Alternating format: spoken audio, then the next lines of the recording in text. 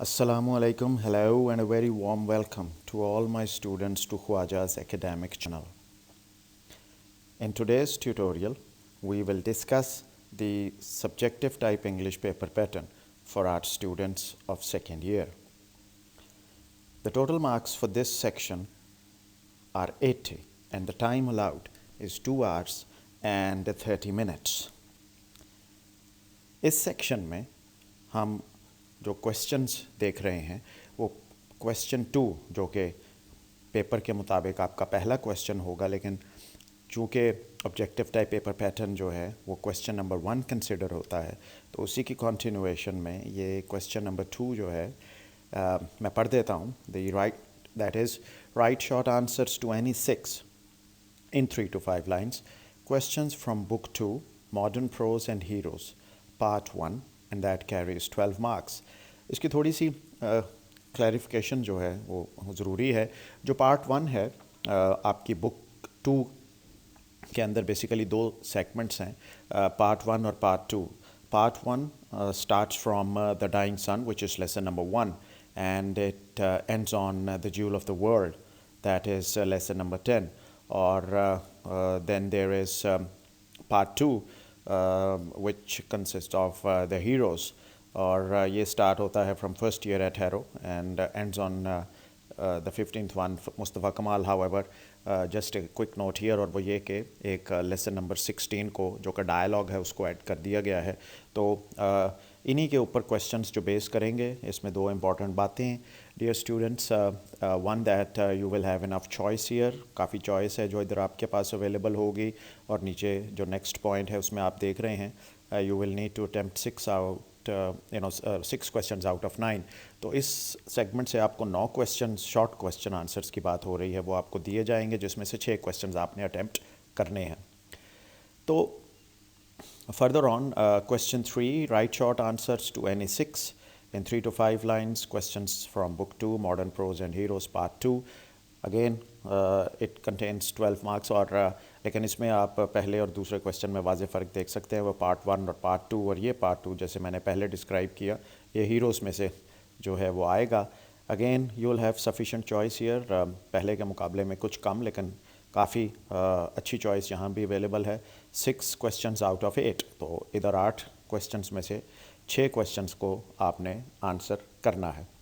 Moving forward in this same section, the question number 4 will be write short answers to any 8 in 3 to 5 line questions from the novel Goodbye Mr. Chips.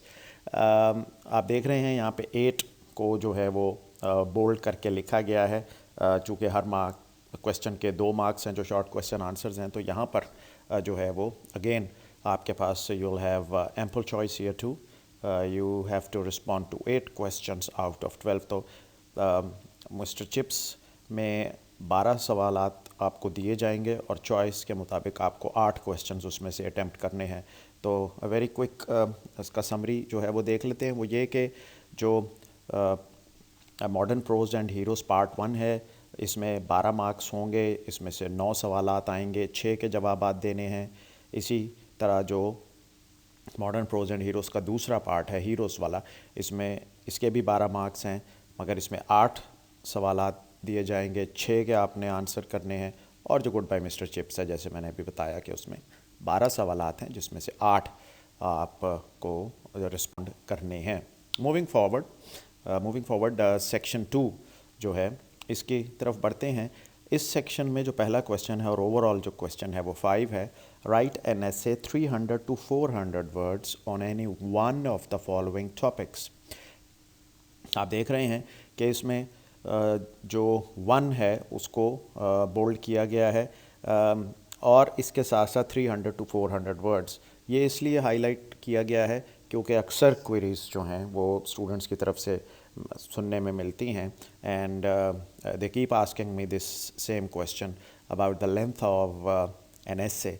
तो उसको यहाँ पे बताने की कोशिश की है कि तकरीबन 300 से 400 वर्ड्स पर इसको मुश्तमिल होना चाहिए. अगेन बहुत ज़्यादा choice, plenty of choice available here. You will need to attempt only 1 essay out of the 4 given. जैसे कि दूसरा पॉइंट लिखा है कि 4 एसेज हैं, उनमें से एक essay जो है वो सिर्फ आपको अटेम्प्ट करना है. तो बहुत अच्छी चॉइस है। इसके 15 मार्क्स हैं, लिहाजा इसको एक अच्छा टाइम आपको देना है अपने आप को करने के लिए। Next question is, use any 5 of the following idioms phrases in sentences of your own. यहाँ पे 10 marks हैं और idioms और phrases of course means phrasal verbs. I'm sure कि आपने उसकी practice की होगी जो students appear हो रहे हैं अपने exams के लिए, और जो अभी जिन second year में जिन्होंने recently इसको start किया है उनके लिए ये फ्रेजल वर्ब्स जो हैं उनको अभी ऑफ कोर्स ये अटैम्प्ट करने हैं। So adequate choice here again is given and you need to attempt 5 out of 8 idioms और फ्रेजेस। तो यहाँ पे भी अच्छी चॉइस अवेलेबल है, 8 में से 5 सवालात के जवाब आपने यहाँ पर देने हैं। Moving forward will be the 7th question that contains 15 marks and a very important question, translate the following passage into English. सबसे significant बात यहाँ पे ये है कि there will be no choice here. यहाँ पे आपके पास कोई choice नहीं है, and secondly you must give yourself at least 15 to 20 minutes for this question. ये 15 से 20 मिनट अपने आप को ज़रूर देने हैं, क्योंकि एक जनरल इशू जो मैं सुनता हूँ अपने स्टूडेंट से वो ये है कि ट्रांसलेशन या एसे के दौरान में और वो ये कि ट्रांसलेशन इनकम्प्लीट रह गई या एसे इनकम्प्लीट रह गया, और उसकी मेन वजह ये सुनने में मिलती है कि हमारे पास टाइम नहीं था। सो इसलिए ये जहन में रखिए कि एसे के लिए और ट्रांसलेशन के 30 मार्क्स हैं, तो इसके लिए आपको काफ़ी टाइम, अपने आप को एम्पल टाइम आपको देना चाहिए। 15 से 20 मिनट तो कम अज़ कम आपको अपनी ट्रांसलेशन के लिए देने चाहिए।